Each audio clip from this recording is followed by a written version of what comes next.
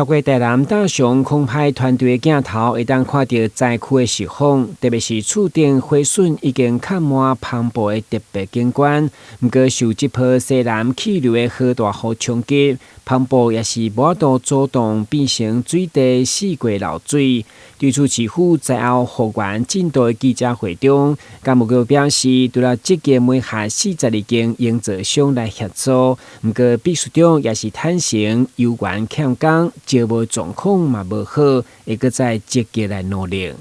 截至到今天，我们已经有媒合到42家厂商有意愿来进入灾区做一个修缮那这些名单我们有公布在我们的市府的丹纳斯台风台南市政府扶助措施一个相关附件的里面点进去就可以看到我们。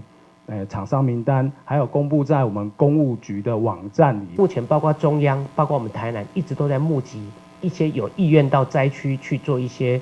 修缮的这些厂商。现在目前我相信10点在民治那边的会议里面，大概也会谈到这一块。那当然我们会针对中央对这一块的一个指示来做后续的一个季接，看该如何进一步的来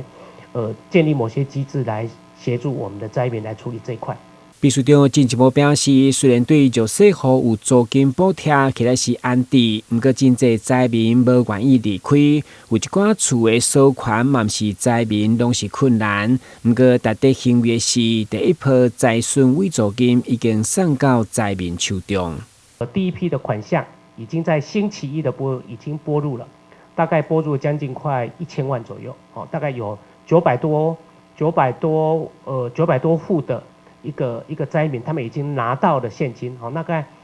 相关的款项大概将近快1000万左右，所以这边也跟大家做一个报告，也就是说，市府呢经由各局处，我们积极在整个行政程序上尽量来从简的部分，然后已经赶快的